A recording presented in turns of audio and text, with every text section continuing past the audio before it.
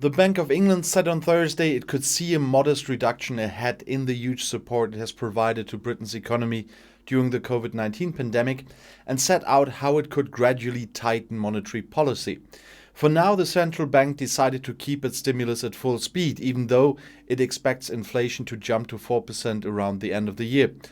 Only one of the BOE's 8 monetary policymakers, Michael Saunders, voted to reduce the size of its bond buying program, which remains unchanged at £895 billion. The vote to hold its benchmark interest rate at a historic low of 0.1% was unanimous, as expected. With more than 70% of adults in Britain now fully vaccinated against COVID-19 and most social distancing rules lifted, Britain's economy has recouped much of its 10% crash of 2020. This has prompted the BOE, like other central banks around the world, to spell out how it eventually plans to rein in its stimulus. The BOE's rate-setting committee said some modest tightening of monetary policy over its 3-year forecast period was likely to be necessary. It said it would start reducing its stock of bonds when its policy rate reaches 0.5% by not reinvesting the proceeds of maturing debt, as long as that made sense for the economy. Markets have priced in BOE rates reaching that level only in late 2023 or early 2024, after a first rate rise to 0.25% around August next year. The BOE also said it would consider actively selling down gilt holdings when the rate reaches at least 1%. Previous guidance from June 18 said the BOE would not start unwind bond purchases until bank rate was near 1.5. Governor Andrew Bailey said much had changed in the past 3 years, and if we stuck with 1.5% when you look at the market curve, that would be tantamount to saying that we would actually never reduce the balance sheet as things stand today. The scale of the BOE's asset purchases came under fire from lawmakers in Britain's upper house of parliament last month, who suggested the bank was addicted to buying bonds.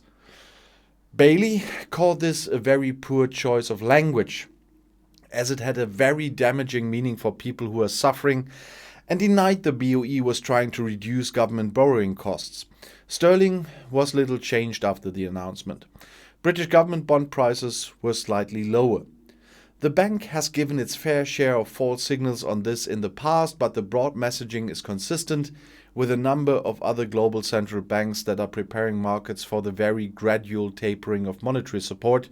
Luke Bartholomew, an economist at Aberdeen Standard Investments, said, "The Federal Reserve's top policymakers are also showing signs of a split about how quickly the US central bank might need to scale back its quantitative easing plan." Bailey said unemployment was no longer expected to rise when Finance Minister Rishi Sunak's job-protecting furlough scheme is phased out at the end of September. The key challenge for the economy was now whether firms could fill vacancies. A big jump in wages could add to British inflation, which hit 2.5% in June, and which the BOE said was now on the course to rise even further above its 2% target in the months ahead, touching 4% in late 2021 and early 2022, its highest in 10 years. In May, it had forecast a peak of 2.5, but the BOE said it still thought the jump in inflation would prove to be temporary. It forecast that inflation in 2 years' time would be just above its 2% target.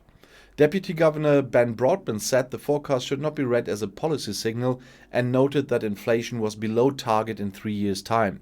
The BOE said it expected Britain's economy would grow by 7.25% in 21, unchanged from its May forecast, one of the fastest expansion rates among big rich economies.